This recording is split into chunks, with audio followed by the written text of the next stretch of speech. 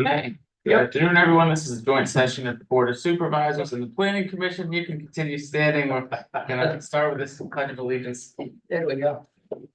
Pledge allegiance to the flag of the United States of America and to the republic for which it stands, one nation, under God, indivisible, with liberty and justice for all. Okay, perfect. All three members of the Board of Supervisors are present, as are the Planning Commission, with the exception of Dr. Carney and Mr. Driver and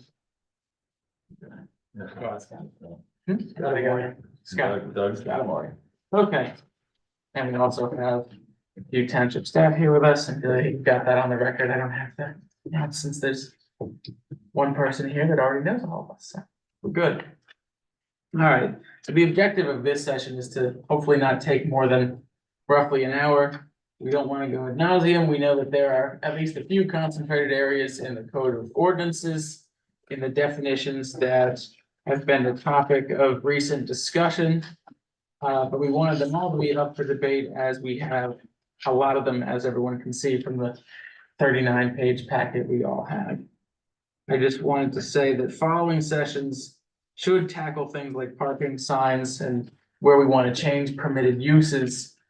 But this is sort of the foray into all of that at the very, very in the weeds level before we get to that. And then hopefully after we talk about some definitions for a bit, we can schedule a regular joint session so we can set some deadlines and get some of these things done, because some of them have been languishing for a few years, and we're bound to miss some things, but we want to make sure that we have some guidelines in place for a lot of these different uses. So with that being said, the area where I heard the most discussion recently on definitions related to lodging and with regard to firearms, and we also have some other notes from the zoning officer, and the other area was clubs and entertainment facilities. We can see if there's a couple of different definitions, some vague and some very, very specific. So did everybody have a chance to take a look at everything? Well, let's start with inns, shall we?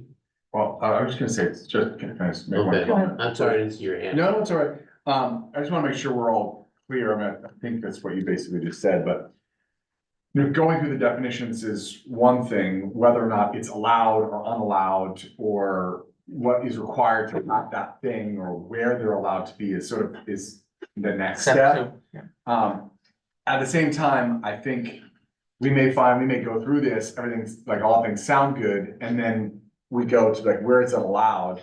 Right. We may have to come back and be like, oh, well, we said that was allowed here, but this one wasn't allowed there, and this is allowed here. So then we may find we're gonna have to go back and rethink definitions as well. I just thought going through definitions was a good place to start if we're looking at, problems, because I think what we've had 1, 2, 3, 4, 5, 6, 7, 8, 9, 10 ordinance changes, all about fixed definitions in the last 3 years, so. Right. That brings up another thing.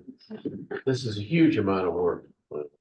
You're the tip of the iceberg of what goes on, but it's true. I'm wondering if we need some outside help on this thing.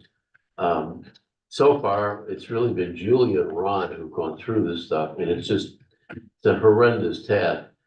I don't know if they provide this, but maybe Code 360 has someone who can work with us, who can, as we go through, can point out the differences between what we've got and what things conflict with it, and all kinds of stuff like that. I just don't know, but I don't think we're gonna make it if it's just you and Ron. And I would also say, I don't know that this group should be doing any wordsmithing. And like figuring out the language. My personal hope is like, let's flag the things that need to be adjusted. Yeah. And like, so I mean, I don't know, and we can kick into it. But the other thing that I think is important, specifically as it relates to this, it might be good to, I've opened mine up. It's just the schedule of allowed uses. Was it schedule 309? Section, chapter 27, section 309. Because that is the document that basically just lists a bunch of things as being allowed or Right. allowed by conditional use or accessory use or not allowed. And there's no definition there, there's no clarity there, so it really is like you have to go to this and you have to go to the definitions. Now, that's not to say there's not a lot of these definitions that aren't in here and they show up elsewhere. But I feel like that seems like a manageable task to me, not necessarily in a day, but Yeah. over a period of time. For this group, at least to be on the same page of, all right, we all agree what farmer's market is and how it differs from flea market, for example. What warehouse mean, we've already done warehouse and warehouse. And where those things should be Well, allowed maybe- generally. Michael, I think what you're saying, which makes a lot of sense, is we start with 309, we've got a structure that we're putting everything into that we want to talk about. Yeah, and then it can go backwards to see if there's other, I know there's amendments specifically on inns, for example, and that, what was it, there's an addendum to one of the ordinances, which also said. So there's supplementary regulations. Supplementary for certain regulations, so we- uses. In an ideal world, what is written in the supplementary regulations conforms with the definition. Because I think there's a couple of cases where it doesn't, as it relates to, or it's not clear, so that's, it's gonna open up a whole can of worms. I don't know that we have to solve all of them, but. No, I just think what one caveat, or not caveat, but just an addendum to what you were saying, when we think about all this and then going back to the schedule and deciding where things should be. We should know that a lot of these definitions are incredibly specific.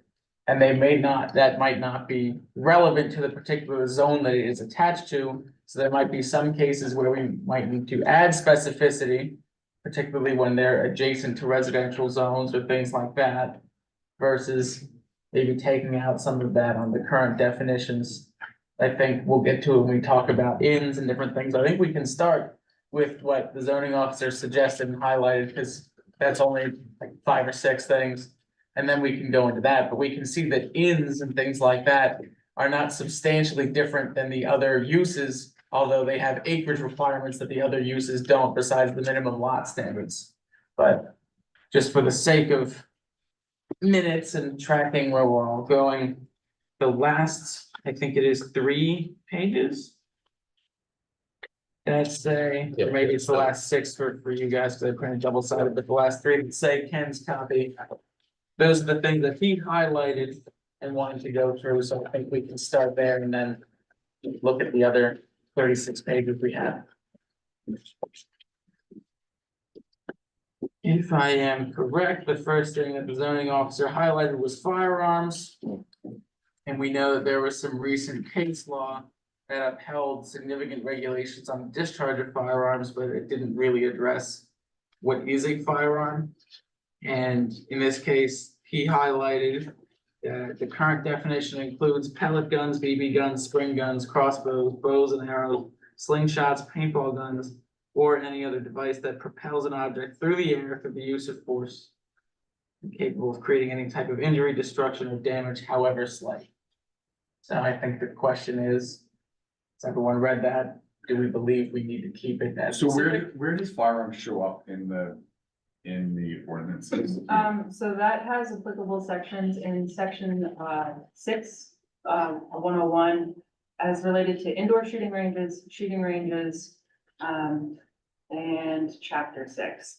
The big things to keep in mind with this definition, if we remove pellet gun, BB gun, spring gun, etc., probably going to have to add something back in, because we don't want somebody to necessarily be able to fire off a paintball gun 2 feet from somebody's home. So in our ordinances right now, this is chapter 6, part 1. It says discharge of firearms prohibited, except in necessary defense of person and property, and except as provided in another section of this part, it shall be unlawful for any person to use, fire, or discharge any gun or other firearm within the township of Smithfield. Is that, can we have that? Is that legal? I don't think we can. I think- No, we absolutely can preclude the discharge of firearms.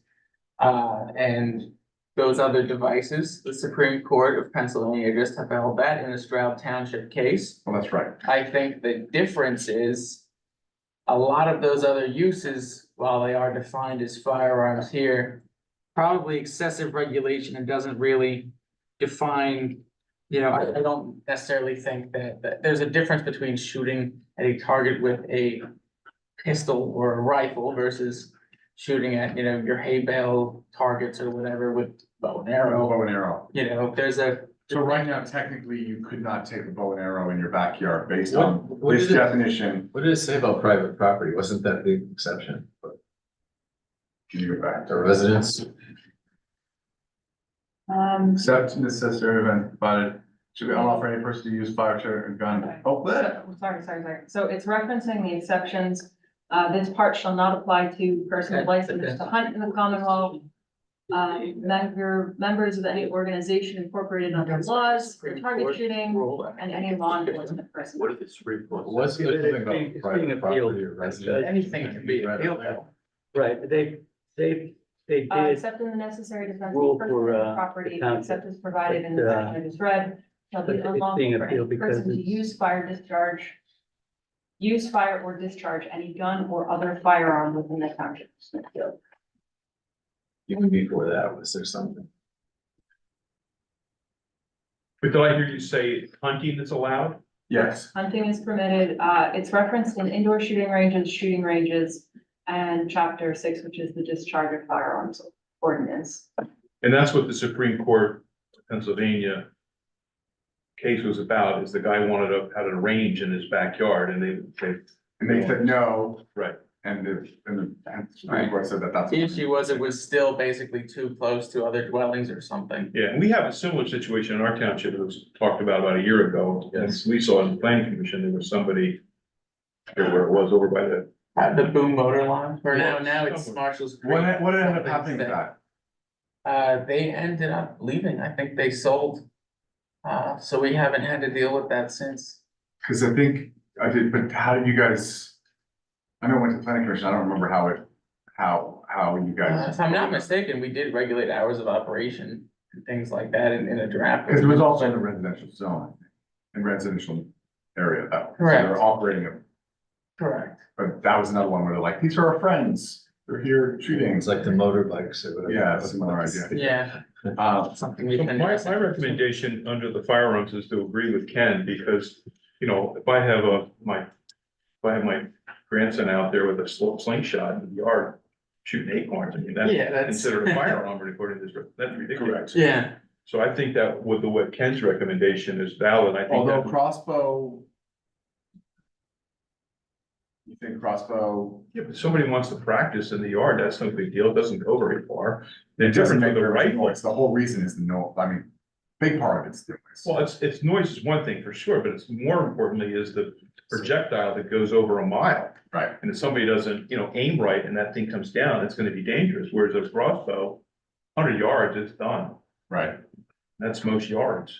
So I don't see the crossbows and bow and arrows should. same for paintballs, they don't go very far. right, and I think that we can add definitions for that type of outdoor recreation to where it still permits those uses. Although I would, I don't know if we have to mention slingshots at all, because I think that's, Right. when we think of Well, slingshots, they we got don't. sophisticated. All we're Yeah. doing, all They we're got doing pretty here sophisticated. is defining. I think we have a chapter on firearms, which is where we should then Referencing. define how you can use them. Okay, so it sounds like, is this group in agreement that firearms needs to be broken up into two different definitions? Correct. One that is specific to firearms that would probably fall under our current ordinance, highlighting that they're not really allowed to be let off unless you are actively hunting, or you're a member of a group, what was it? Member of Target shooting club. a target shooting club, or law enforcement, or you're in defense, self-defense. That's one category, and then we have to think about what if there are any stipulations that go under pellet guns, BB guns, or not. I don't think we should do anything with those because they're getting too deep into the weeds of controlling people's life. And they're Well, not- then in they're that not sense, then we don't need dangerous another definition for it. they're not dangerous. I mean, granted, if somebody took a crossbow and shot somebody 10 feet away, yeah, but that's a whole different But it's, situation. it's how you want, all we're dealing with here is how you want to define it. When you get to the ordinance, you can say, Yeah. these are exempted because Yeah. they are Yeah. not legal. Then I go back to what I said, just take Ken's recommendation and strike those items out.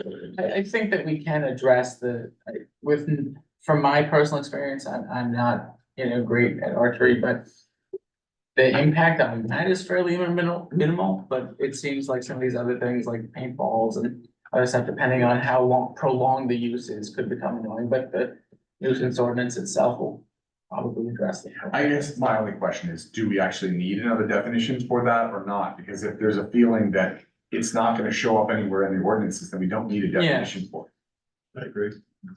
That's fair. Although we do talk about, there's, I don't know how deep we get into like shooting ranges and things like that, but, I don't think pellet guns would fall under that. no, I don't necessarily think so either, pellet guns, but like we talk about axe throwing and other entertainment like that, like I just wonder, how do we just define that as an indoor shooting range? I know that we almost had this come up, well, I wasn't supervisor when it became a thing, but it was like 2019 where they discussed doing it in the M1 zone, and it would be manufacturing because they were putting together. The word axe does not show up in our ordinances Yeah. anywhere. Okay, So if that's the case, I would say we don't need a definition for this yeah, yet. that's fine. Right, So it gets Rick struck. and- But then also, any other device that propels an object through the air through the use of force and is capable of creating any type of injury or structural damage, however slight, also has to be cut. Yeah, I would agree, anything after the highlight too. And again, this is all because of how we are using this in our. I mean, Yeah. this is a good example of. But we need to look at the ordinances and see how they're being used. Yeah. The next thing that Ken highlighted was overlighting, and it's not that he wants to strike it, he just says, how do we enforce this? Because the current definition. Snow squall. Really? Okay. The current definition is the condition when the brightness exceeds what is needed or recommended. That is fairly obscure, so I would say that in amending, when we talk about our lighting ordinance, dark sky and things like that, we should probably tighten up this definition because we absolutely need to define what overlighting is. Well, with a light meter, I mean, is there a number you could put in? Okay, so the It's reason number it's of there, the definition is it falls under the planned unit development section. Where it says, any lighting or exterior envelopment should be arranged to minimize uncontrolled light. Sorry.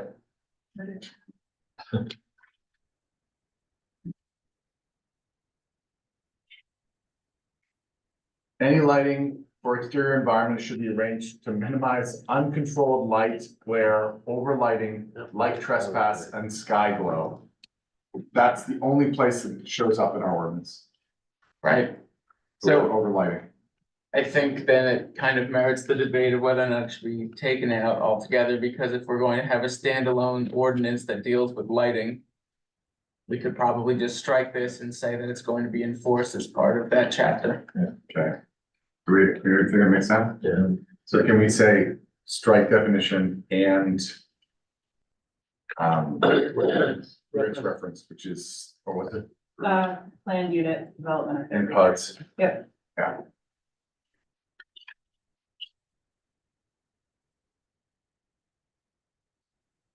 And he highlighted short-term rental.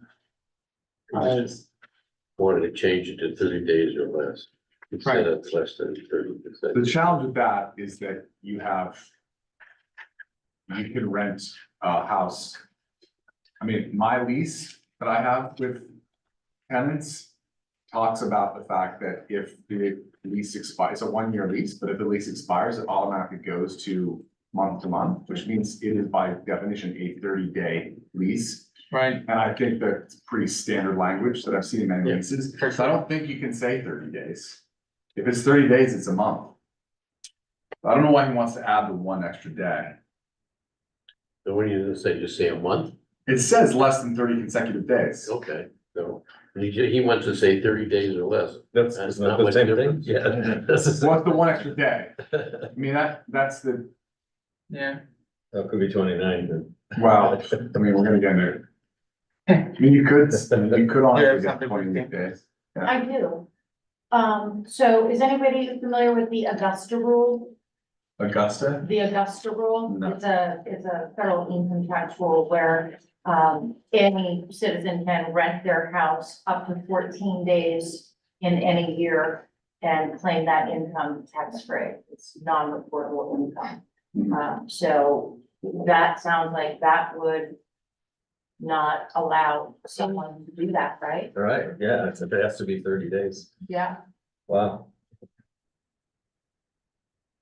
Right, means if you rent out your house for less than. It is 14 called the days- Augusta rule because of Augusta National. And so the locals during those weeks, Right.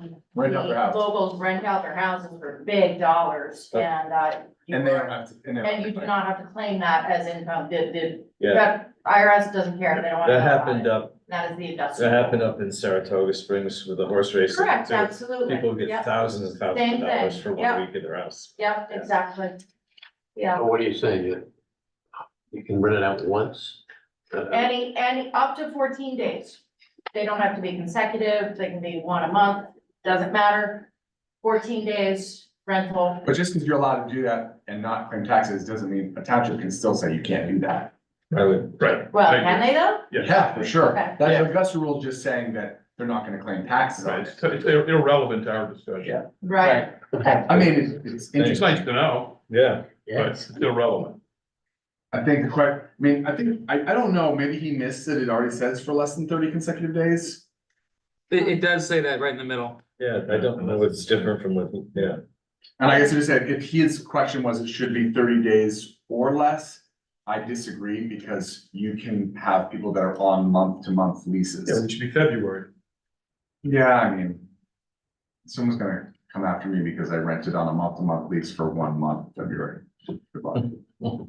I think the goal here, anyway, for like the less than 30 days isn't necessarily your standard landlord tenant stuff. I mean, this addresses purely the short-term rentals that are only permitted in certain zones anyway, and not, I believe this. I think it's came up- fine the way it is. Yeah, he wanted this They're only changed allowed to do that. specifically because when the zoning hearing board went to hear the case for the general store.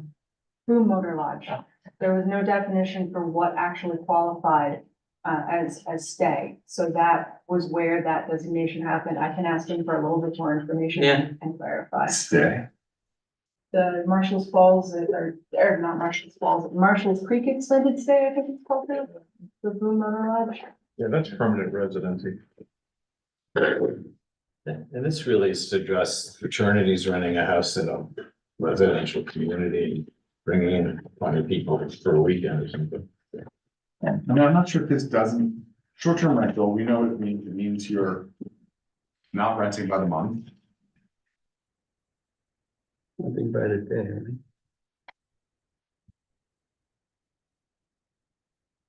You know what it is? You're renting by the day? Yeah. Like, Yeah, Like you any can't, hotel. you can't, in this township, you cannot rent by the day. Right. Right. Sorry, that's not related to the definition, but at present in R1 or R2, Right. you cannot, Then a resort. you cannot use, sorry, single family homes cannot be used for. Actually, no short-term rentals are allowed except for under hotel in, you're getting to that. And if you're in a PRD. Then Well, you're perfectly wrong. Right. Okay. Well, let's. Structure. You wanted to exempt fences and walls. It says any man-made object having an ascertainable stationary location on or in land or water, whether or not affixed to the land. The reason for this requested change is because, we proposed, enacting a fence ordinance earlier. And we kind of all looked at it and said, no, we better not. So to make sure that the code conforms with the wishes of the board and planning commission, that's why this is added. I personally still think it'd be reasonable to have a fence ordinance. But I don't see how that really affects this. I'm actually surprised by the not affixed to the land. Yeah. I always thought, and maybe I'm wrong, that if you have a structure that is non-permanent, it's not a, sorry, just called. I think this is talking about like a treehouse. It needs to say it because a structure in real estate it's permanent. No, but if you put a RV, you know, and you put it Or a on shed. blocks, or a shed that goes, that But is. then a shed is not considered a structure if Well, it's it not looks like it is, 'cause permanently it's not affixed, fixed to the land, if it's not permanently fixed, correct? but that's not what this says. No, It would qualify as a structure by this definition. yes, it's Whether or not affixed. Whether or not. Yeah. it's to the land. Right, whether or not affixed, it is a structure, so therefore by this definition, a shed that is not, that is just sitting on the ground would be considered a structure, is that what we want? And Well, yet, but, See why it's unreasonable? but it's not taxable if it's not. Right, so there's there's a tax question, there's when does something get appraised? And, I mean, the problem is, a lot of our ordinances around structure are all there because of flood, so you're saying you can't have, I mean, I assume, where does the word structure show up? Probably a million places.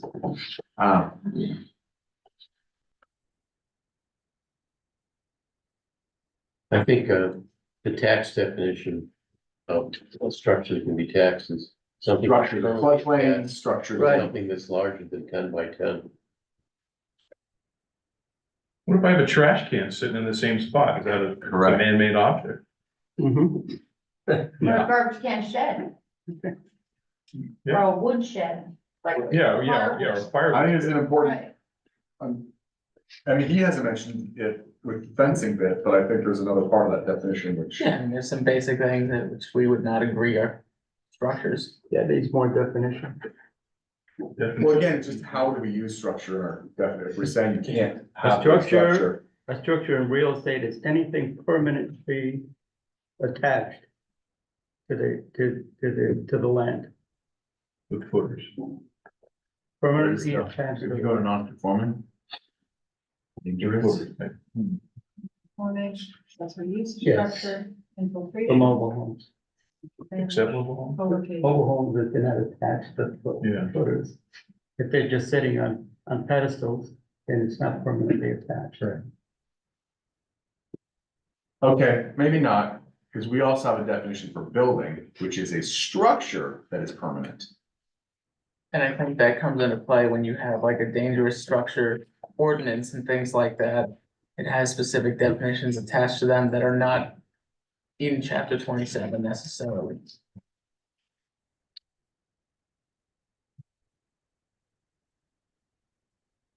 Yeah, I don't know. Well, and James mentioned mobile homes and trailers. They're not, sometimes they're sitting on blocks or whatever. Yep.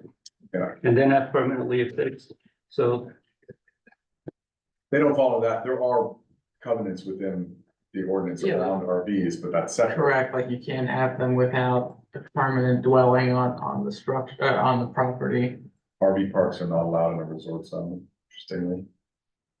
Yeah, there's a lot of, it's probably individuals behind that.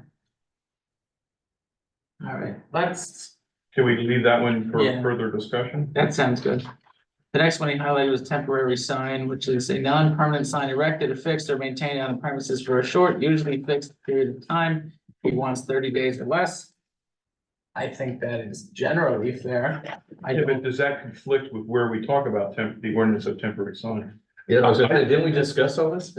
well, we discussed part of that. We're going to schedule a session to hopefully button up a lot of that. But I think that we can see where, Well, why don't we, when we get to that session, and Yeah. sign it, just backfill into this. But I agree, I think, I mean, you I need think what some Ken's sort of saying is, guideline. I mean, there's lots of temporary signs that have Yes. been there for years. Yep, And they're temporary in that they're flagpoles, they're Those feather a lot of signs. Dunkin' Donuts signs all over the place that have been there They're for on 3 years vehicles. now.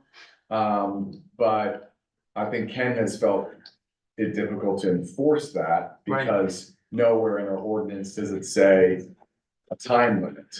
right, It just says, nor does it give him the discretion. because temporary sign shows up as being allowed, although, again, where does temporary sign show up? Because it might say can only be there for a certain amount of I time. think- which- That's what I'm saying. I don't think we should have 30 days or less in here, because it might be included in the ordinance itself. Yeah, I think it's including the signage ordinance. I'm just trying to remember. what about I think I put in, 45 days or something like that. I can't remember. real estate signs? What about those? The township does not have the jurisdiction to, manage those at all. Those are 100% hands off. So okay, What about political signs? Also, Can't talk about that either, other than reasonable things that limit their impact on the right of way, like line of sight. Yeah, we're allowed to pull things if it's dangerous. Would the 30 days apply to those, is what I'm saying? no, this is not turmeric. Well, you're looking at redoing the sign ordinance, right? We talked about that and then it got. So maybe this just gets done then. Yeah, I don't think you should include the 30 days. If you want to back it in later, maybe, but not right now. But you could have, the temporary sign can still be as written, and then in the ordinance, it Yes. would say temporary signs are only allowed for a I maximum think of that 30 we days. could- Because you may have different temporary signs. That's true, so. You may have a I grand think- opening that's a week and you may have something else that's 2 months. So what I was going to suggest is we have other things like, even on this page, it says travel trailer, refer to township subdivision ordinance, chapter 22. I think the same thing should be the case for anything related to signs, because we're going to have that in a standalone chapter. So it's not subject to the typical zoning enforcement remedies. It is a little bit quicker of a process, like we're talking about with lighting and nuisances in general. Oh. Well, here's the next one's exactly on this bid. Transient. Correct? And this is actually something that Robert had brought up too, the difference between transient business and transit retail business. Put a pin in that. And then there's transient comes up under all the hotels, bed and breakfast, hotel. Transient retail business. Transient basis for commercial camp. So. I mean, he's trying to say 30 days or less. He's clearly thinking about people, Yeah, right? agreed. Or is he not? I don't know. Transient rumors. Where's transient used? Right. That's what I'm saying. It's used It's been under noun. related to transient retail business. It's used under bed and breakfast related to transient rumors. It's used under hotel, under occupancy by transients. It's used under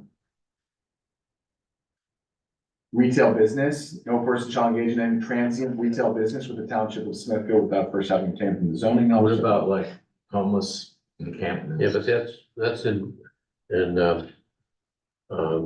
opposition to transient business, which is not, does not have a does not have a limit on it. Right. I think. I don't know, I think again, there's so many definitions of transient, it should come as we go through the code and figure out what we're talking about here. I think the central theme in a lot of this is that as we're taking things and making them their own ordinances, we need to reference them here, so they're standalone and not related to the zoning. Like, I probably wouldn't define anything transient related to the homeless encampments, because we're not going to make that a permitted or non-permitted use, since it wouldn't really, that would be addressed in health, welfare, safety outside of that. Oh, well, transient business is right below it. Correct. But there, I will say, in the definitions, there's also transient retail business, which What's the difference? is that different from transient business? Well, transient business was created to replace transient retail business. So that would replace the other, but we never got to do the replacement on the ordinance. We got it as far as this, we never got to the other. Transient retail business is located in chapter 13. It's defined as engaging in peddling, soliciting, or taking orders either by sample or otherwise for foods, wares, or merchandise upon any street, alley, sidewalk, public ground, from house to house, or from house to house within Smithfield Township. Item 2, selling, taking orders at a fixed location on a temporary basis, for holidays, seasonal celebrations. and Yeah, seasonal- that's under transient business, the holidays. No, but hold on, why is there a definition for why is this definition not under the definition? Because this one is located in chapter 13. Which one back out, it does. I have a different definition for business, transient business. It says the person or business who conducts business in a locality or travels the state selling goods and merchandise while spending less than 6 months. The transient is just maybe a couple of days, would be more than 2 weeks. Again, the question is, how are we using it? And We have something separate for that, where it's not transient business, there's like a separate permit for. it's there because It's it's permit. defined. There's a requirement for a permit. Correct. So we define transient retail business under permit section, but then not under where you can do it section. Right, Well, Or unless transient business is just supposed to be transient retail business. well, correct, because the essence of why that was included in the ordinance and across the zones was to permit those sort of pop-up businesses, food trucks, things like that, without the need for special event permits. and I think that Jacob is right. We have something, somewhere I read about the hawking stuff, which is different. You know, you wanna put up a stand just to sell rugs on the side of the road, you need a permit for that, and some of those aren't permitted. Transient businesses, basically, as we said, pop-ups, food, things like that. And does this include like a garage sale? Yard sales are defined separately under chapter. Right, and they have their own permit. And those require a permit, yes. Yes. Yep. You're not allowed to have more than 2 a year, Still get a permit? Yes, to prevent somebody from basically turning their lawn into a But, market. but if you state that you only need 2 of them, and you can only have 2 of them a year, why do you need a permit? So we have a way to track when you have a year. Cha-ching. All right, does it cost money to it? It's $10. we don't have that many. Well, I know. And I think that, Think of the things that people complain about, that's one of them. yeah, Because we didn't use that, I'm not saying we shouldn't have it, it makes sense, there's a reason, so it's clear rationale for why no, we're. I'd like to try something like East Stroudsburg has, Oh, one day. you know, one day everyone can have a yard sale. Oh, that's cool. Yeah. I without think that would be a permits, nice so- type of Without a permit? event, yeah, yeah, I think that would be something nice Spring cleanup day, to or do. when do people do those? Spring or the fall?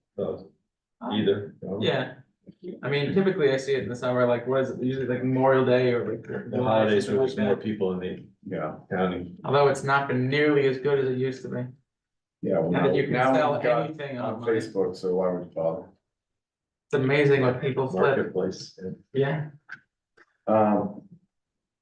Those yellow tents, I'm picturing that sell flowers and then they sell, I don't know, fireworks or whatever. So just to get back to it, it seems to me that we only use, I think we need to combine transient business and transient retail business. Yeah. To be one definition, and it sounds like the transient, maybe we just take copy. That was always assumed that we would do that, we just never got to it. Okay, And the only difference really is, the reason it's not transient retail is because I think we included ghost kitchens in it. But other than that, it's really transient retail, but it's a little easier to do. In other words, you don't have to produce a PennDOT highway permit and crap like So, that. so aren't we Just to just get a saying permit. that the transient business definition that exists is generally fine, but the references to it elsewhere include retail, and we can strike those generally?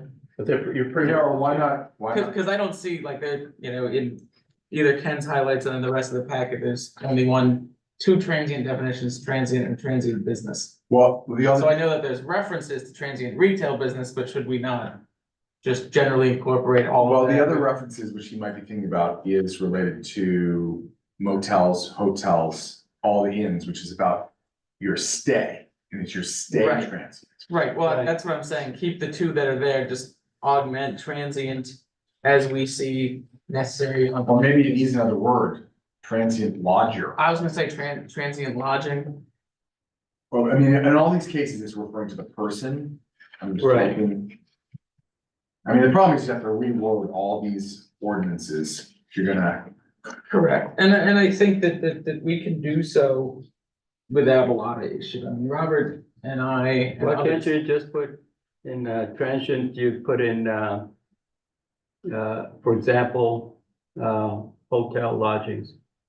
And well, I'm just saying, That we would- use this word transient, for instance, in the definition of family, where it's trying to clarify who is living in a house. And that you can obviously have transient people every so often, you have guests that come and stay over and that sort of thing.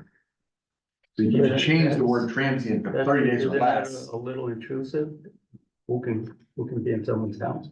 We're not necessarily regulating that, but there's a difference with, you know, when you get into like landlord tenant law. Well, and it's also a question of whether you have a multifamily or you have a single family. What is the issue You're with allowed to, if you do, dictate there's single family and multifamily. What is the issue with the hotel or inn?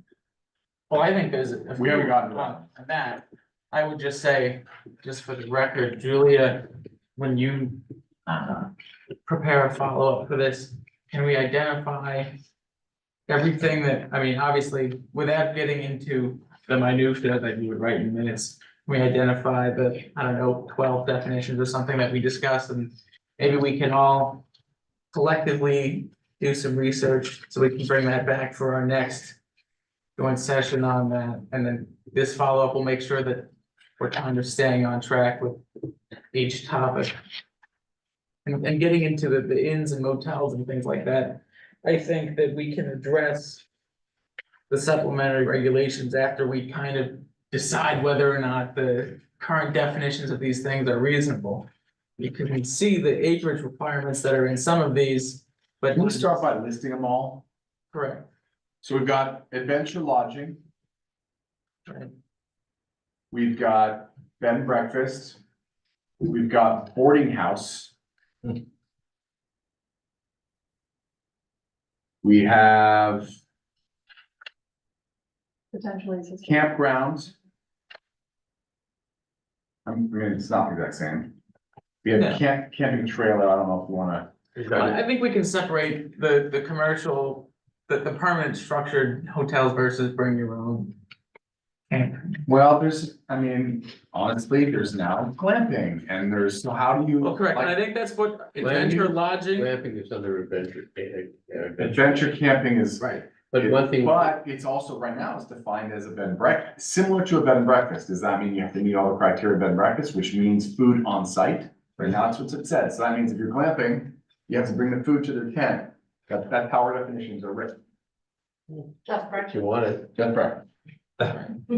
one thing we don't have in there is extended stay lodging, which we need in there too.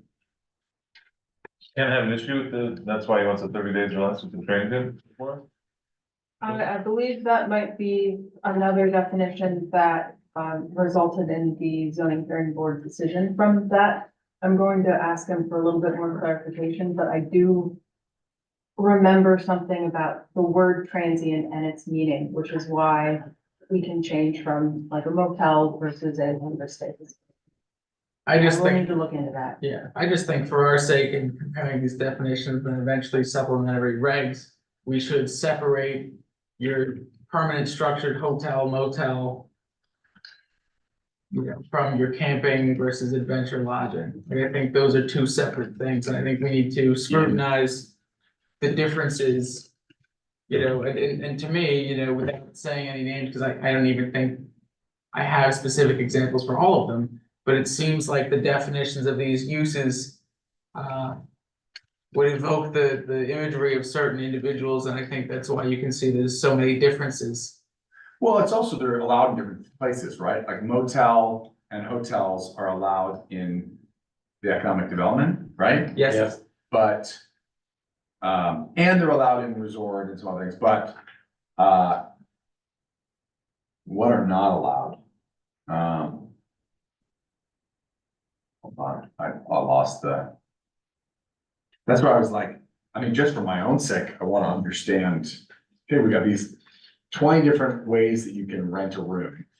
And it's all relevant because we're specifically in this township, I've said you cannot rent your own house out in an R1. So I just I think it's important to understand. yeah, I agree. I think it raises lots of questions, and we've seen it already with the case that came up from Eric. Right. They wanted to do a resort. I just think it's fascinating when you compare an inn to, I think it was, Resort and inn are very, inn is just less than 50. Right, right, and there's a It's 10 acres. right. 10 acres but less than 50 rooms is an inn, and a resort doesn't stipulate the number of rooms. No. The only place it says 10 acres is in the supplementary agreement, it's not in the definition. Right. According to the transient tenant, it says any person who rents or occupies any dwelling unit or residence or part thereof for less than 30 days or 1 calendar month, whichever is less, Where is this definition? from the Law Insider. Oh, okay. Like that one. I looked up the acreage, trying to find out maybe where that came from. I couldn't find anything as far as inns. That minimum acreage seems to be all over the place, and the only thing I can think of is the logic was saying, since it's an R1, you wanted to have a big enough plot so that it wasn't just on someone's house plot, it had to be. Well, correct, because then how do you define the difference between resort and motel? I think motel and hotel are fairly well defined because one has a lobby and one does not. Right. Right, hotels have lobbies and the rooms are available within that compound. But right now in our ordinances, some are allowed in some places and some of them are not. So, The other thing with the hotel is a general dining room. So General not dining. necessarily a restaurant, but it has the designated. hotel does not have to have that, but a hotel does. Correct, hotel does. Like, that's why I see like, I think there is a substantial difference between, Hilton and Shawnee Inn. There's no attractions besides maybe a swimming pool inside, your Hilton, whereas at the inn, you have the option to go to a spa and all these other, things that maybe are under the same roof economically, but not physically under the same roof. So I see the the differences between that, but when you look at. Well, by definition, Shawnee Inn is not an inn. Right, Correct. correct. That's more than 50%. But that's what I'm saying, like, I think that 50 rooms is fairly arbitrary, and I don't think that we need to change it just to fit these other uses. But I also think that we shouldn't have some arbitrary replacement that just seems better than this existing arbitrary. The other I thing, think, if you turn off emergency notifications, you won't get. the other thing is we're seeing it in the zoning board case Yes. around. I think we need to make sure it's clear if we're saying an inn or whatever it is allowed in a certain place. And it's talking about eating, eating, lodging, recreation. We need to make sure we use the word shall or may as this group wants it to be. So if you're saying such a place must have, we have to use the word shall. That is defined in our definitions, right? Right. If it says should or may are permissive and shall and will are mandatory. Right. But they don't have those right now. So in right now is a combination of eating, lodging, recreation enterprises for extended stay vacations on land area of 10 acres or more, but not including any enterprise where more than 50 lodging accommodations are provided. I don't know why that's. And see, that's what I'm saying, because then you compare it to a resort, which is essentially the same thing, except it mentions that it's a single enterprise. Versus that's not necessarily a requirement for your inn, and then there's no mention of. No mention of your further thing, like there's no amenities that are necessarily listed in your inn. Where it just talks about lodging accommodations, it doesn't say that you can't have other things, but then the resort says, amenities may include all these other things. So it's implied that they're somewhat different, but I don't necessarily know that. Yeah, may. It's really funny, because I forget, and Julia, you can tell me, does a resort? What is the acreage requirement on a resort? It's not in Beyond the the lot. definition, but in the supplementary, it says 10. Right, but then the inn in the definition says Says 10, 10. so I think we need to The eliminate other thing about the inn, something. the inn is in R1, the others are not in R1. No. They have an inn in R1. Wait, hold on, where, can you get the, sure, sorry. What is that, what number is that, 309? Look it up. Yes. Yeah, R1. Can I make a comment? go ahead. I personally am having trouble trying to make recommendations on these definitions without knowing how they're used in the actual ordinances themselves. And trying to debate, what a Yeah, resort is. it's like what a we're bed and doing breakfast it is. backwards. It seems like we should be working the other way. Mm. Well, it's not 39, I'm not kidding. Yeah, I think this is Section backwards. Chapter 27. I don't necessarily think it's backwards. I think it's relevant to look at the definitions because some of them do not necessarily align specifically toward uses, but parts of uses.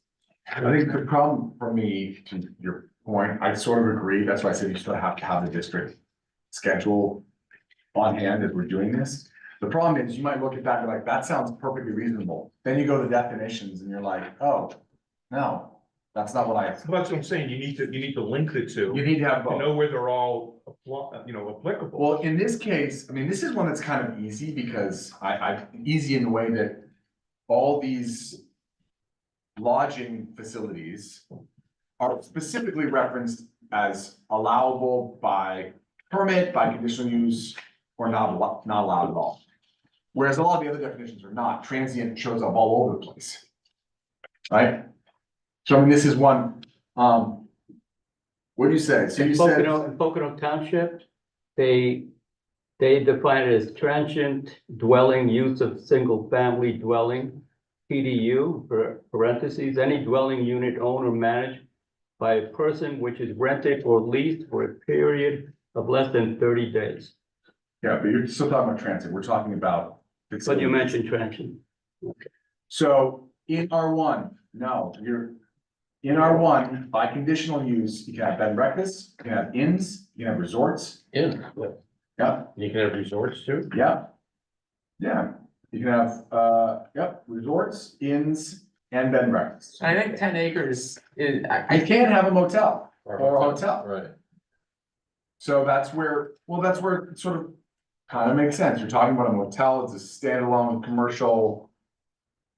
There's no acreage requirements related to those things. I think when you have a conditional use and an acreage requirement, the burden should be on us to justify having both because like the nature of a conditional use is that you're essentially customizing the ordinance in that case to that specific use, where screening and other things is going to negate the need to have so much acreage. I'm looking to see if there's any examples where resorts and inns are different.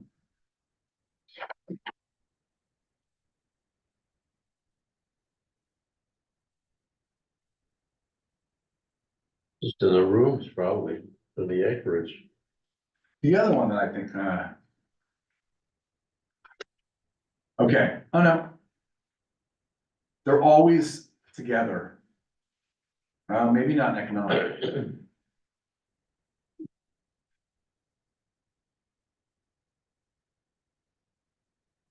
I don't find any mention of a resort being permitted in the economic development. No, it's right here, permitted, it's permitted use resort. Second page, Oh, hadn't gotten there. but there's no inn. It's the only section. Under economic development district, you can't have an inn. It says motel slash. You can have a motel, hotel. Or inn, Where? under M for motel. Oh, yeah, or inn, and then resort. So it looks like. I don't they see resort match. is permitted in the ED district. Yeah, keep going, next page.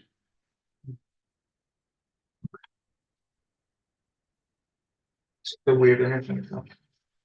So, at least currently, under our allowed uses, inn and resort are always go in the same place, so there's really no reason to have a different definition for both of them. Combine it. I think that's a reasonable option.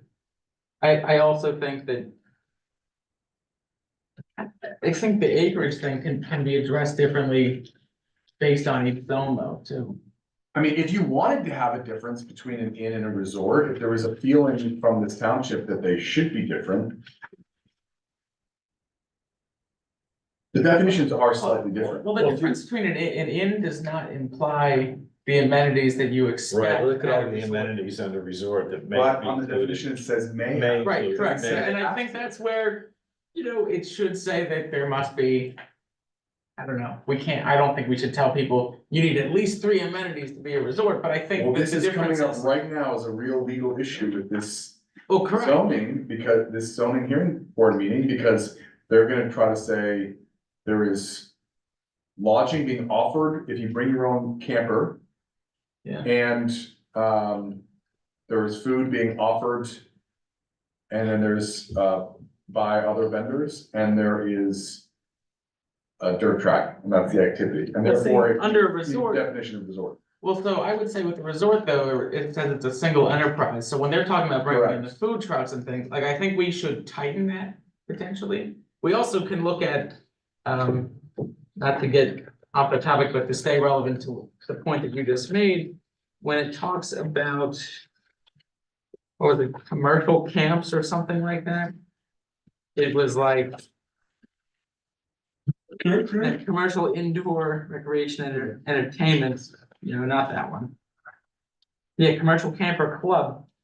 I don't see how that's like, it says a business offering dormitories, cottages, cabin, or similar accommodations, eating facilities, sanitary facilities, and recreational and or educational facilities to the public at large or any segment of the public other than a transient basis. This definition does not include trailer camping. That's just a bunch of gobbledygook. Well, that's a camp, that's like, Pine Brook Farm, oh, Pine Brook, not Pine, It Spruce also Lake or Pine Brook, they're does like, not appear anywhere in our zoning ordinance except as a definition. Right, Not so I was gonna say, I think it's a vestigial thing. And we should probably just get rid of it because I think it's covered. we could probably get rid of it so long as it falls under the other. Well, I think the whole other Yeah. thing is vestigial. What does it mean? And why is it 10 acres? My feeling is most of these things got copied from somebody else's township and they said, oh, yeah, 10 acres. Right, So- like I- Well, the reason why it's 10 acres, it seems pretty clear that inns and resorts are allowed in certain places where motels and hotels are not. So you wanna make sure, and I think there's a good reason for that. So there's a general view that a resort or inn is bigger in nature and larger and has Yeah. multiple, it's basically a mixed use property. Yeah, Look, that's Under a true, Michael. single entity. It's true, but where do you get, why is it 10 acres? Why not 5 acres? I know, 3 acres? well, that, I mean, you have to choose a number. Yeah, but I think it's arbitrary. That shows up again under campgrounds, the 10 acres. I mean, it's also arbitrary wow. when we did, What is 50 acres for, what was that overlay? That's 50 acres, right? What's that, say that again? The overlay? The overlay that we just instituted with the economic development zone with the major mixed use. Oh, that's not necessarily an overlay with major mixed use. No, the other- Because the distinction with major mixed use is that you can have multiple types of housing, not just multifamily, you can have those sorts of, like, the idea with the 50 acres on that was that you can have like townhomes and other things as opposed, and even single family. As The major mixed use development option, that's the one that had a requirement for 50 acres, I think. Right, I'm just saying, that's also somewhat arbitrary. It could have been 45. well. At some point you have. I Well, would no, say so- 25. Well, so the reason I would differ on that, because I originally was mad because we had a mixed use option and an incentivized option, which were fairly similar, except for requirements that were, geared toward gateway type projects. But the reason why I think 50 acres is reasonable on major mixed use projects is one, because they are between two major state highways, and because the thought is that it kind of blends into the residential area that is nearby. You can have multiple types of housing that are meant to be, subdivided into, single family dwellings, things like that. Whereas your average mixed use development, where we're talking about mixed use buildings, you're not gonna be able to build any single family or even multifamily, like townhomes next to your convenience store. But when you have a combination of all of those uses, as it kind of gets further away from that street frontage, then you kind of have those arterial or internal roads, things like that. So I think 50 acres is still fine on that. So how do you?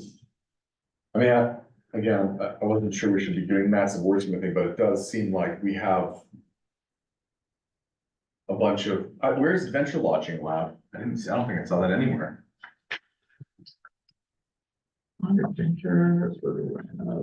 Adventure lodging? Yeah. It's under, I think it's E It's ED. in here, yeah. Similar to bed and breakfast, but instead of a dwelling, the Well, that's the lodging definition, is but where is provided it by allowed? tents, yurts. or- Adventure lodging is a conditional use under ED. Correct. If it would make everyone's life easier, I can do a little bit more digging and see if there are other townships that have definition resorts in hotels, motels, so we can see what other townships are doing to help compare. Maybe make a chart. I like a chart too, yeah, honestly. I just thought It like, has all the short-term, including short-term rentals. Cause that's another type of, what we're talking about is transient, I mean, we are the Poconos, right? We're talking about transient renting of establishments. We've got probably 20 different, well, maybe not, 15 different definitions. I just think we need to make sure they're clear and we all know what we're talking about. We know which are allowed. If it makes sense, we keep it. If it doesn't seem to make sense, it's overly arbitrary, we can make a changing it. cause I think we need to look at, in which zones are they permitted versus conditional uses? And then also, what are the, Or not allowed at all. right, and then what are the deviations from the minimum lot standards? Cause some of these aren't going to have in supplementary regs, they're not gonna have 10 acres, like an inn in the definition says 10 acres, a resort in supplementary regs says. There's 10 only like acres. 4 things in supplementary regs. Yeah, It's weird that it was put in that category. Why didn't they just change the definition? well, so generally the thought is your definitions are not necessarily supposed to be including things that are that detailed, like I think they're supposed to define the use, and most often a use doesn't include certain acreage unless it, is supposed to be tailored to. Well, that makes sense. Zone. Honestly, there probably should be no acreage in the definitions, but if we want limitations on acreage, it That's where should they go. show up That's supplementary. under the Zoning. supplementary or the zoning Right. and say, or it can even be, if it's in an R2, it can be any size. Well, If it's in an R1, it So can we be can what do this that with a size. conditional use though. Or you put it under conditional use. But if we're gonna take it out of the definition, we better make sure that it's. Correct. Ordinance, so that's why I'm saying it's hard for me to make comments on. Well, that's why With, I mean, what is this thing that I keep looking at? What's it called? Section 309. The schedule of. The schedule of district regulations is the main thing that was done. Or it was just overhauled, right? Yeah, And it just lists every zone, what you can do. You've seen this, right? 309. 309. It's like the thing we should honestly have just printed up there on the wall. So Sure, everyone and we knows can what do we're that, but talking I think for our purposes, so we avoid rewriting the entirety of the zoning code again. I think we should, let's say, our next session should focus on these types of uses. Let's continue with the definitions that we talked about today, but also say, all right, we need to address these. I don't even want to get into the transient retail or anything. I think we clearly have the most to say right now about these types of inns, hotels, lodging generally. Well, I didn't get to some, I had some other ones like shopping center, I think. It's endless, Mike. Start. I know it's endless, but Maybe one. but we keep on getting bitten because definitions are poorly written. And Yeah. we've been lucky to catch a few, I mean, honestly, every time we've changed definitions, because someone's come before us and it's been like, oh crap. And then one of them gets away with it, and then we change the definition, and then we're okay. Yeah, no, After that. and I hate that. Yes. Yeah. So this whole idea was to try to get ahead of that curve, and going to definitions Yeah. was sort of seen as the best entry point. Well, let's divide the next session into two halves. We'll start continuing on those definitions, and then I think that we need to address specifically the lodging ones. It seemed like the easiest to tackle, and then we can start setting deadlines on some of these others, because we know we need to address signage. We fortunately already have a few drafts, and we've talked about that extensively. Fortunately, we're already in pretty good shape on nuisance and stuff, like, so we're getting to a point where we need to have hearing-ready ordinances without spending another year on each Yeah. one. Well, can Julia have that table? That's something you can do? Alex and I spoken because he's tackling the lighting, and with all manner of hope, the noise and nuisance stuff should be winding to a close, because we're just waiting on the planning commission. Not this planning commission, the other one, but this would be my next project then, so Alex and I will tackle lighting and this. Maybe it's the item, the type of lodging on the left with some key aspects of what makes it unique. And then Yes. where it's allowed, then all the different zones and whether it's allowed or not. Right. Does that make sense? Well, that's basically Yeah. 309 with some more definition. Well, yeah, but But just I think pulling we it out, should isolate it, so we could even literally follow that format. I'll have that ready. I would suggest to all of you who've never read the code, read through the whole thing. It takes a while, but remember, we're only talking about zoning. That's one chapter. We've got what, 30 chapters? I don't Yes. have any. yeah, And there's a lot of stuff in there that we should be talking about. There's a lot of chapters with nothing in them that we should rename. Yeah, some of them are reserved, Well, then we Numbers. reserve, we say, reserved for future use. they do say that. No, a lot of them say something, then you open it up, there's a word in there, there's nothing else. the other one that maybe we did already, I know, this, I'm just thinking back to past, farmer's market, flea market, Right, like just the retail. There's a bunch of different definitions of a retail. And the other one that I know, of, when we changed to an economic development zone, we no longer have a commercial zone. There is no zone in our ordinance called commercial. And I think there's still There's commercial references. references throughout our ordinances to allowed in commercial. And so we're inferring that means economic development, but that's not what it actually says, and that could come to bite us sure, when a savvy lawyer decides they want to do that. yeah, I came upon one today, I can't remember, but it was said it was not allowed in the B1 zone. Yeah, well, that's the problem, because the supervisors were like, you know what? People like medical buildings now, so let's create a whole zone for it, and then everyone in B1 and B2 said, okay, well, I'm gonna have a home office, so now I'm a business, and it destroyed everything, and now we have some of these other former residential properties that are commercial and function that are now in the ED zone, but they're abutting actual single-family dwellings. It created kind of an unhealthy mix to dump all of those maybe in the same thing, yeah. And on the other hand, what we've got, which we should address is this.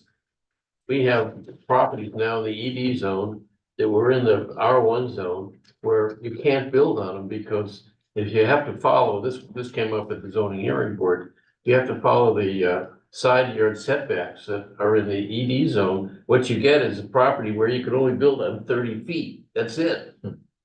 So we've got to do something I about thought the that. setbacks in the ED were more forgiving. Huh? The whole idea when the ED came out was for it to be more forgiving, not less forgiving on setbacks. Well, it's fine as long as you have a big property, but what we have. What I'm saying, I mean, I'd love to look at Are you it. talking about the residential my- setbacks being, My recollection of when the ED was created, it made all the setbacks less than it was before. For the commercial properties. But if you were on Brown Street, But they were, the only properties that we switched to ED were commercial properties. on Brown Street, we switched residential, and on 447, there's a whole block of residential. But was it zoned residential before? Yes. And I we thought- changed the ED because the only thing left that wasn't ED. But when you've get these properties, and this came up at the hearing board, here's a property that's 90 feet wide, okay? And you're told you have to have a side yard setback of 30 feet. It's I ridiculous. understand, so that's, talking about the guy that wanted to build a Yeah, garage or shed or something. Yeah, alright, so let's let's say that we're going to talk about lodging and retail. Hopefully not ad nauseum at our next session, but. And then also the other definitions that we addressed earlier, which we all seem to have consensus on, which is great. And we'll have a couple of tables on hand and we'll have them ahead of time. I think that, Christine has a question. Can I ask a question? yeah, one last, Say again? go ahead, one last. Okay, so pardon me for being a little slow, but are we looking to tighten up the criteria for lodging and transient housing, or are we looking to tighten them up or loosen them up? Well, it depends on the use. There are some aspects like that we think that certain acreage requirements are too tight in some areas, but maybe not enough in others. So we see that the uses generally follow each other, but then there's a couple areas where they break down and aren't the same. Right, Where they're not. I'm clear. actually looking at, I think a lot of what needs to be done is just clarifying, Yeah, which is neither of those. But I think in this process, there's gonna have to be some policy decisions that will be made on, that might end up either loosening or tightening. right. Like in, on the inn versus resort, like there's a, I think it is common sense that the existing ordinance for a resort says that there's going to be multiple operations under one business entity. So you know, you have your spa, you'll have your restaurant, you'll have, you know, boat exercises, yoga, whatever, that's all one thing. But an inn is basically just that, but it says it could have those things, but it, for some reason, also needs to be 10 acres. right. Like, I think that we can address that there's maybe a distinction between those that isn't clear now, because a resort's not required to have all those amenities either. So do we want it to be required, or we, cause I guess right now it's just it's unclear. So you mentioned something about single family homes, privately owned single family homes. So how would these definitions affect the potential use of a single family home that is owned either by an individual or by a business entity? We're not really talking about changing anything with regard to single family homes. Right. Mhm. So I mean, So, right now, single family homes are only allowed in the R1 and R2. Yeah. Right. right, And I've seen. And they can't be rented out in No. short-term rental. So we. Oh, Right, so the less than 30 days that we talked about, the Augusta right, rule and and that's that in whole the thing. existing ordinance. So, but then once transients came into the picture, maybe I got off track, it's entirely possible. But I'm just wondering if those two are related somehow. No, I think the what's We're only- talking about it in the commercial side. Yes, just What- businesses. But also we have to make sure it's clear, I mean. If your definition of inn isn't clear enough, you could say, well, this is an inn. Exactly. Right, That's my point. Right, And also bed and breakfast is not entirely. You know, the nuance between a bed and breakfast and an air bed and breakfast is. You know, is kind of nuanced and just, I honestly, for me. As one of 3 votes for actually change, that could change the policy, I wanna know what the heck the policy is first, Right. yeah, right? I don't know what it is, I don't understand. So how would say, a group home or a sober house, how would they be treated under the ordinances How? as they exist? They're now? defined. So it depends. Right, We have Be a boarding house? Alzheimer's residential care facility. Needs to be changed, because We it's have- they call it Alzheimer's. We have a Correct. boarding house, we have assisted living facility. I went through and started all of these. We have health and wellness center. yeah, We have medical health and care uses, medical center, medical office, medical residential This is the campus. other one that needs to be done, honestly. Yeah, nursing home or skilled nursing facility. How is nursing home Professional. different from an Alzheimer's? Yeah. How is it? okay, for what it's worth, I We think the have current residential rehab drugs, definition only per se. encompasses drug and alcohol and not like physical therapy. And that's fine, but if we want physical therapy rehab, then we need to have the definition. Well, that's what I'm Right. saying, like, I think that we could probably rename Also, that because definition, also keep one of the that things definition, is, but rename it. if you are missing a definition. What can happen is someone says, well, what I have doesn't exist in here, That's exactly therefore what it's happened allowed. at Watergate. That's what happened with water gap. So it doesn't exist here, therefore I'm allowed to do it, and you can say, well, it really is this, well, you know, it doesn't say that, or. Another reason, again, I feel like every time we get into trouble. Although with the definitions, ED that's zone weird. does say that if a use is not defined in this, it belongs there. We did button that up. So- now. So you It's don't, not defined you don't as allowed. automatically, yeah, ET. in the economic development zone, so you don't automatically get a pass. And to be fair, you didn't necessarily get a pass under the old 302(2). It was just a somewhat different process procedurally. And my other question on that, I mean, one of the things I had on PSAT's training was. There are lots of townships that choose to go from least restrictive to most restrictive, generally being M1 least restrictive and R1 most restrictive. Yeah. Then the other route to go is just very different uses, but I think it's worth a conversation to sort of think about, is there a reason why everything's allowed? Everything couldn't be allowed in an M1, they wanted it. right, I mean, right now we don't, we can't have a residential unit, right. because it's non-conforming. But I would make an argument, well, I mean, if you really want to, it doesn't negatively affect the industry.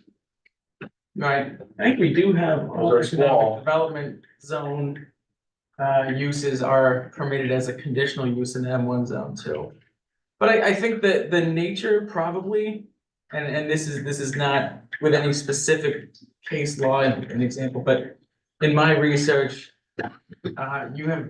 It kind of begs the question, if you allow everything in a zone like that, then you could make the argument that you don't have enough space and that it's basically falsely containing a use, like for example, Pocono Township in redoing their ordinances with warehouses and distribution centers, their commercial zone, it was already built out. And they basically successfully made the argument they could build next to wherever they wanted, and that's how a few of those warehouses got in. And then they changed their ordinance, so it created a bunch of overlays and they selected exactly where they could be built.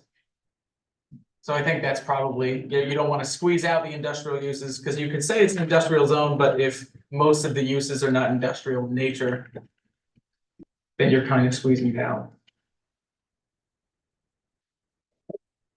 Right, so Kind of sucks. I do that there. when's the next meeting? But yeah, so I would like to say, can we all do like, is it fair? I thought 4 would be good, but I feel like 5 might be a little bit better. I don't know if that's the case, 5 what? but 5 PM, but I was gonna suggest April 17th, because it's the next third Wednesday when we don't have a supervisors meeting. I will probably not be here, as long as you guys are okay with Diana for running that. Yeah. I will be driving back from Harrisburg that day, or Hershey, excuse me. Yeah. Is that the day after the EAC meeting? I was here yesterday too. Fun. Oh, yeah, they met yesterday, right? Yeah, I mean, it is. it is. There's also that is the date for the Marshall Creek Fire Company quarterly meeting as well. Oh, yeah. So we'd have to be over there by 7 o'clock. I don't know, is it too much to do it on the first Wednesday in April? I mean, Well, if we keep it at 4, you'll definitely be done by 7. Yeah, do it at 4 o'clock. Even if we did it at 5, you'll be done by 7. You wanna do it at 4 then on the 17th? That's fine, I just have to, hard for me too. 4's tough for me too. But yeah, I mean, 4:30. 4:30? I still have to take time, either which way. Well, 5? What's the other, 5 what's the is first one? easiest What's for the me. first one? I leave them out in a half hour away. I'm not ready. What about a Thursday? That's the fire company meeting at 7, so. Let's just leave it, like you said, it's a month from today, 17.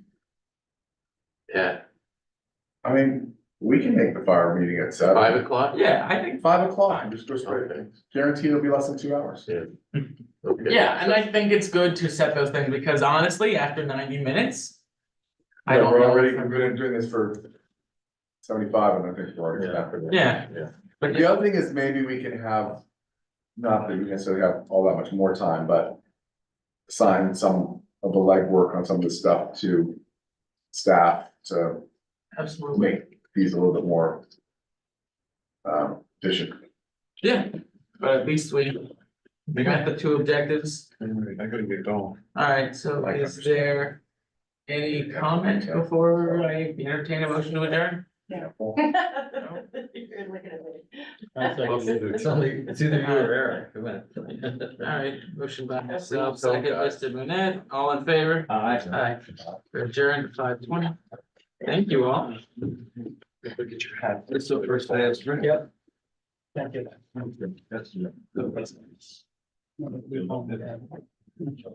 Eric, are you gonna be able to make the next one by chance? Yeah. Cool.